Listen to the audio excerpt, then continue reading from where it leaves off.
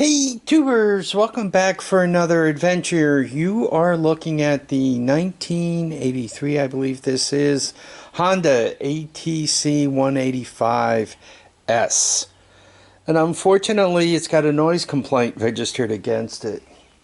I saw my neighbor out walking her dog this morning, and she said, you know, this used to be a quiet neighborhood. The other night, a couple of doors down, the people were partying, and then there was somebody running around, I believe it was on an all-terrain vehicle without any exhaust system. I think she knew it was me, but it was her way of telling me that she didn't like it. And then she said something along the lines of, if all this noise continues, I'm going to have to start making some complaints. So, given that the last thing I need is the town showing up here and getting in my business, I got to put an exhaust on this thing. So what you're looking at is a few mufflers. This is the one that came with it. Obviously it's not the right one, and somebody attempted a little customization here. So that came with it. This one is actually the right one. You can tell it kind of bolts up under the seat, but it got chewed up. It's missing some baffles. So that's actually the right one. This is off a Honda 200S. A little battered, flange broken, and once again it doesn't bolt on under the seat, so it wouldn't be perfect. I'm not exactly sure what this thing goes to. Perhaps an old ATC 200, but it also, once again, nowhere to bolt up. And it wouldn't go in all that easy. So after looking over all the possibilities, I didn't like any of them, and I decided to come up with something custom. So this is a foot-long piece of plastic pipe. It was part of the pipe that before I replaced it with continuous plastic. And I took a quick look how this would look here, how that goes there, and where it'll come out and all that. And I instantly noticed that it was about 4 or 5 inches too short, so I made note of that. I also bought a hoard of mufflers. These were like $8 each if you buy them in bulk. So I noticed that, and I'm looking at this, and I said, wow, if I could just get a piece of pipe that's, you know, not crazy thick, like standard gas pipe, black pipe as they call it, I'll be in good shape. So I found this stuff. This is actually part of a pole lamp, right? It's on a weighted base, and there's a light on top, and typically you can bend it around to what you're after. So I use this plastic as a template. I cut this out, and now I have it.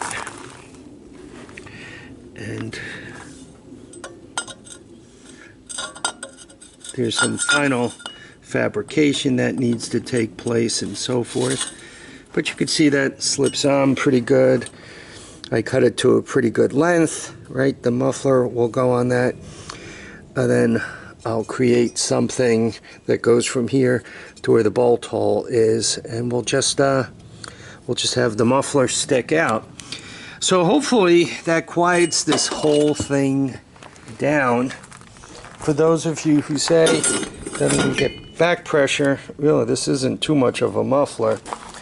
And if you look at the size of the pipe, right, it doesn't matter if I'm restricted here or all the way out the tail end, right? You basically have an air pump, and wherever you put the restriction, you put the restriction. So anyway, that's what I've come up with. I'm going to work on kind of putting this together. And I found that if you slot it like this, now one can make a decision whether you're going to weld this up here, right? Take out the old flux core and just put some welds in there. And then on this side, put the slots again, right? And then one can clamp it on. I'll look to see if I have a wraparound clamp, an exhaust clamp, so to speak, that's about the right size, or if I'm gonna, you know, have to make something or do something else. Well, I was out kind of looking for this. I also found this piece of strap metal. Looks like it held the gas tank to an Alice Chalmers at one point. So this is a nice piece of metal for making that wraparound clamp I just described. Right.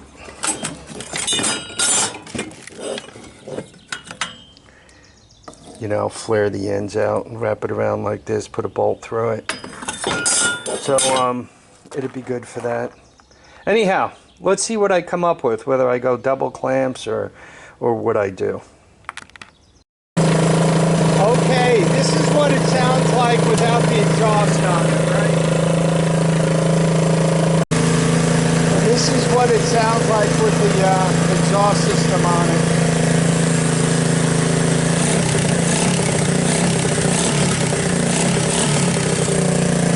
Boy, that's quite a lot quieter. I mean, it's hot now. See if I can get it off without getting too burned.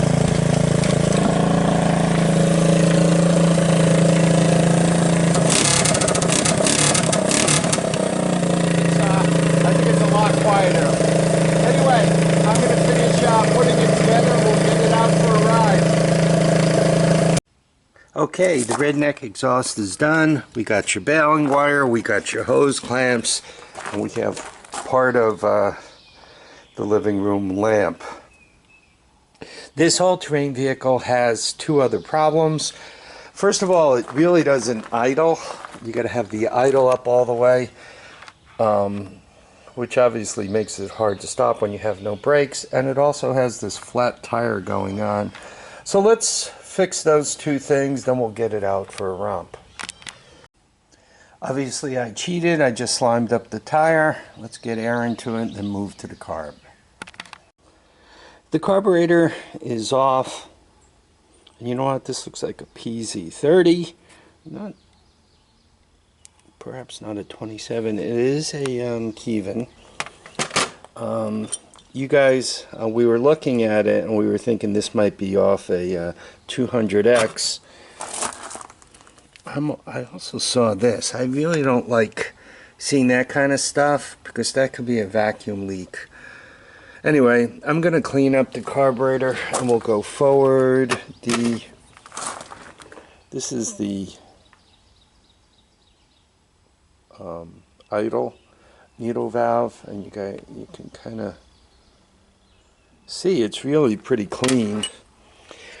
There are a few water globs in there. You see them? Like, that's a water glob. Those things down there are water globs. So there was a little water in there. Anyway, I'll go through it. Right, we'll jet some air through that one. You can see the other ones look pretty clear. Anyway, we'll go through it quick. Put it back together. Hopefully, then it will idle. If not, it could be this. And they also ran it without a air cleaner on it, so I'm going to double check the valves, make sure they're loose enough. This engine also kind of took up smoking. I don't know if you guys noticed that yesterday, so might be ripe for an oil change. Bet you it's definitely, well, they ran without an air cleaner, right? The oil doesn't look crazy thin, doesn't look horrible, doesn't look great, but anyway, let me get this thing smashed back together, then we'll do the valves.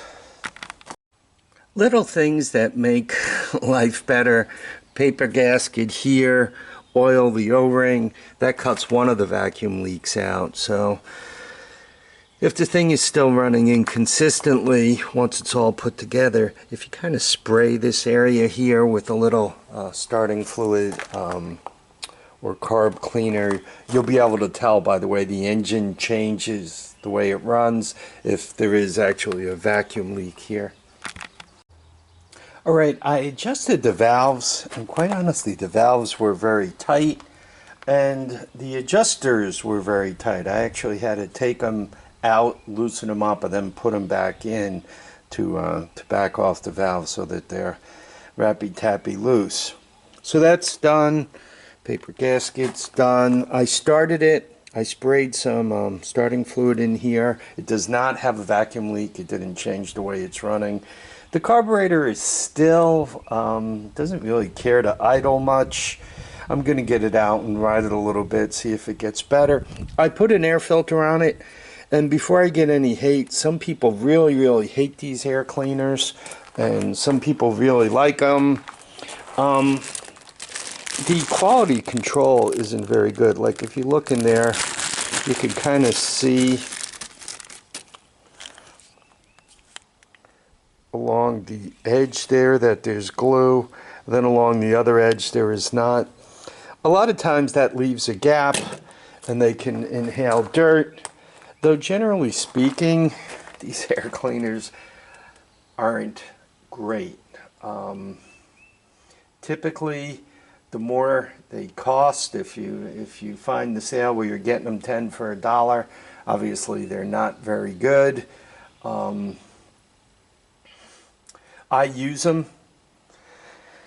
because a lot of times after 30 years the air box is just completely destroyed. For some of the better machines, I save even the destroyed air boxes because I save everything. I'm a hoarder. But I save even the kind of the trashy air boxes, figuring that for some of the better machines they could be put together properly and actually put a proper air cleaner on them. That's the way they really should be. That's the way they have the most value. That's the way they work the best. But in the meantime, to keep this thing from inhaling anything too nasty, I put the conical on there. I checked it to make sure it was a good conical. It has no huge air gaps to suck dirt through. So for now it's going to do. Anyway, I just wanted to go through these few things before I put the gas tank back on, which I'm going to do now. We're going to warm it up, get it out for a ride. Okay, it's ready to go. I have the idle up a little bit because quite honestly this carb doesn't seem to want to be adjusted.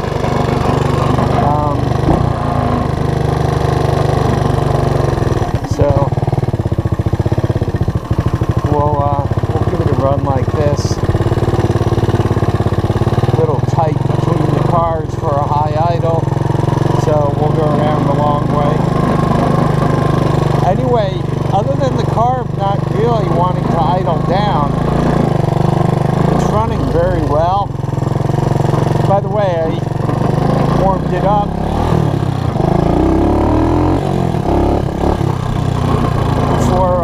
I started to adjust it, so we stopped that.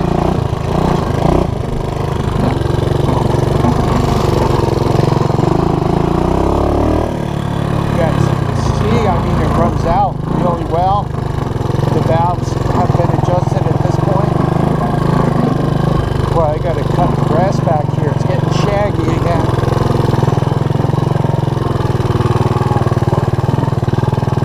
Yeah, not wanting to idle down is a pain in the neck because you kind of get off the gas and it doesn't slow down. This engine's going to want a set of rings pretty soon.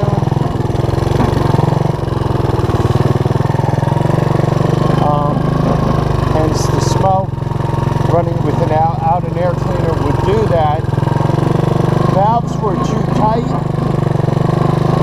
particularly the intake, so I loosened them up. Sounds a little more like a sewing machine, but I don't know what that is.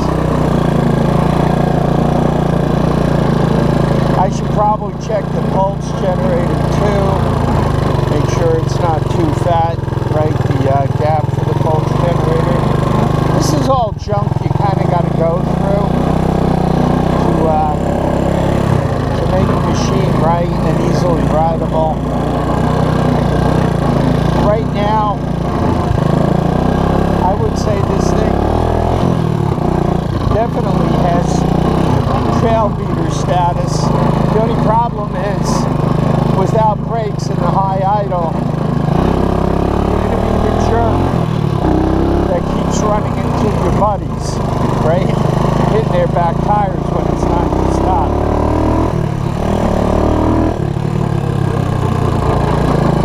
These tires,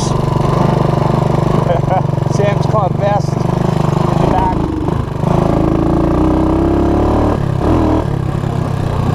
Not quite sure about that miss.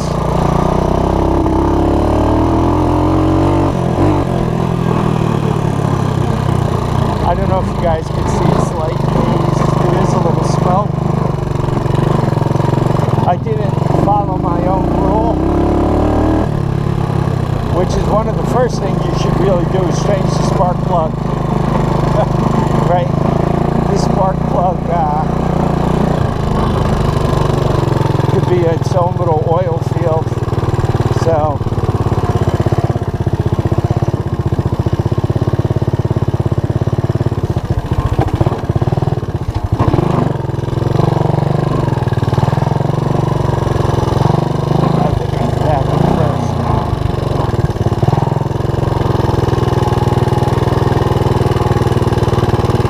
yeah, it's a little tight back here. I guess that's happens when you bring home a lot of machines in tight order. Let's see if we can't wiggle through.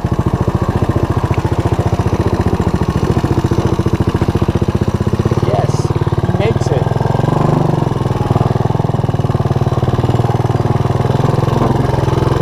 So, you guys can actually hear me talk. Now it's acting like it's slow on gas. Anyway, you guys could actually hear me talk, which is a good thing. I think I'm going to smash a aftermarket PZ27 on here. For those of you who like to hate, it's got a a 200X maybe, or maybe a motorcycle carburetor on it or already, you know, an XL or whatever. So putting an aftermarket really isn't moving things all that much. Anyhow, I want to thank you all for dropping by to watch and comment, subscribe. Please remember, feet down, heads up, and get out and enjoy each and every day. Bye now.